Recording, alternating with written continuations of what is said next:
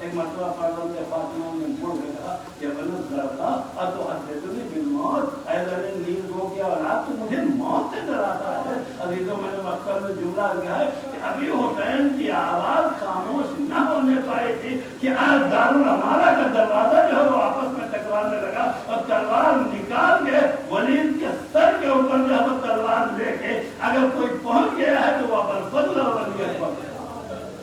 لیکن جیسے حسین نے دیکھا، ایک مرتبہ حسین ابن علی نے کہا بھیا جنگ کی پہل ہماری طرف سے نہیں ہو سکتی، تلوار جو ہے وہ انجام میں رکھ لو۔ روایت کہتی ہے کہ عباس و علی اکبر و محمد حنفیہ سارے جوانان نے بنی ہاشم حسین کو لیے ہوئے واپس ہوئے۔ اس کے بعد میں نے سرکار احمد جوادی کو پڑھتے ہوئے سنا ہے کہ جہاں گھر میں ثانیہ زہرا کا عالم یہ تھا کہ ثانیہ زہرا کبھی حجرے میں جاتی تھی، کبھی آگے پہلے خانہ میں ٹہلتی تھی اور کبھی دروازے سے پردہ ہٹا کے دیکھتی ہے کہ ابھی تک میرا بھائی نہیں آیا، ابھی تک میرا بھائی نہیں آیا۔ جیسے دیکھا کہ حسین ادھر سے چلے آ رہے ہیں، حسین ادھر سے چلے آ رہے ہیں، ایک مرتبہ دروازے پہ کھڑی ہوئی اور کھڑے ہونے کے بعد جیسے حسین پہنچے کہا بھیا جو ہے تو اندر آؤ اور کیوں بلایا تھا، کیا تحریک؟ ایک مرتبہ حسین ابن علی نے کہا کہ حاکم شام کا جو ہے وہ انتقال ہو گیا ہے اور یزید تخت نشین ہوا ہے اور مجھ سے بیعت طلب کر رہا ہے۔ تو ایک مرتبہ زینب نے کہا بھیا تم نے کیا کہا؟ تو حسین ابن علی نے عجب جملہ کہا بہن میں نے کوئی جواب نہیں دیا، اس لیے کہ میں نے سوچا کہ پہلے بہن سے مشورہ کر لیں اس کے بعد ابھی تو جیسے ہی یہ فقرہ کہا، اس فقرے کا کہنا تھا کہ مطلب زینب نے طلب کے کہا، یہ نہیں کہا کہ بیعت نہ کرنا، بلکہ زینب طلب کے کہتی بھیا جو خون تمہاری رگوں میں دوڑ رہا ہے وہی خون میری رگوں میں بھی دوڑ رہا ہے، جس ماں کا دودھ تم نے پیا ہے اسی ماں کا دودھ میں نے پیا ہے۔ اس کا مطلب یہ ہے کہ زینب اعلان کر رہی ہے کہ جس کے ہاں علی اور فاطمہ کا شیر و خون ہو وہ کبھی یزید جیسے کی بیعت نہیں کر سکتا۔ یہ فاجعہ و جناب زینب کا اعلان تھا۔ اور اس کے بعد حسین ابن علی کا اعلان ہے کہ جب حسین ابن علی سے پوچھا کہ یزید کی بیعت کریں گے یا نہیں کریں گے، ایک مرتبہ حسین نے کہا کہ مثلی لا یباع مثلی، زینب نے بھائی کے بیعت کرنا کرنے کی ضمانت لے لیا اور حسین نے اپنے سارے چاہنے والوں کی بیعت نہ کرنے کی ضمانت لے لیا۔ کہا جو مجھ جیسا ہوگا وہ یزید جیسے کی بیعت نہ کرے گا۔ اجرکم اللہ، اب یہ قیامت تک کا فیصلہ ہے۔ ظالم جو ہے وہ آنکھ کھول کے اور ذہن کھول کے یہ سن لے کہ اگر حسین کا چاہنے والا ہوگا تو وہ کبھی یزید جیسے کی بیعت نہ کرے گا۔ شاید یہی وجہ ہے کہ آج تک دشمنوں کے کانوں میں حسین اور زینب کے یہ جملے گونج رہے ہیں۔ لہذا اب دشمن ایک نیا طریقہ نکال رہا ہے، اور نیا طریقہ جانتے کیا ہے کہ اب وہ دین کو برباد کرنے کے لیے یزید بن کے نہیں آ رہا ہے، اب ہمارے درمیان جو آ رہا ہے تو حسینی بن کے آنے کی کوشش۔ کبھی آپ نے سوچا یہ داعش اتنی بڑی داڑیاں لگوائی اور رکھیں اسی لیے تاکہ مسلمانوں کے درمیان مسلمان بنے رہیں، لیکن میں جملہ کہوں گا حسینی جو ہے وہ چہرے سے حسینی نہیں ہوتا، وہ کردار سے حسینی ہوتا ہے۔ یعنی ہمارا اللہ کا کردار بولنا چاہیے کہ ہم حسین کے ماننے والے ہیں۔ اور یہ بات بہرحال کربلا والوں نے ہمیں ثابت کیا کہ حسین والوں کا کردار بولتا ہے۔ کبھی آپ نے سوچا یہ دیکھیے ایک چیز ہے، ابھی آپ نے کہا کہ حملہ کرو تلوار لے کے آپ حملہ کریں، ادھر سے جب تلوار آپ کو لگ جائے اور آپ کو پروردگار عالم و شرم دے لے جسے شہادت ہے کہا جاتا ہے، یہ اتنا مشکل کام نہیں ہے یہ مرنا، لیکن وہ مرنا اتنا مشکل کام ہے کہ ہاتھ میں تلوار بھی ہو، ہاتھ میں ڈھال بھی ہو، لیکن دشمن سے نہیں چلا سکتے، آنے والے ہر چیز سے حسین کو بچانا، لیکن یہ بہت مشکل کام ہے۔ اسی لیے معجزات کی کتابوں میں جملہ ملتا ہے کہ یہ سب اکثر کہا جاتا ہے اور ہمارا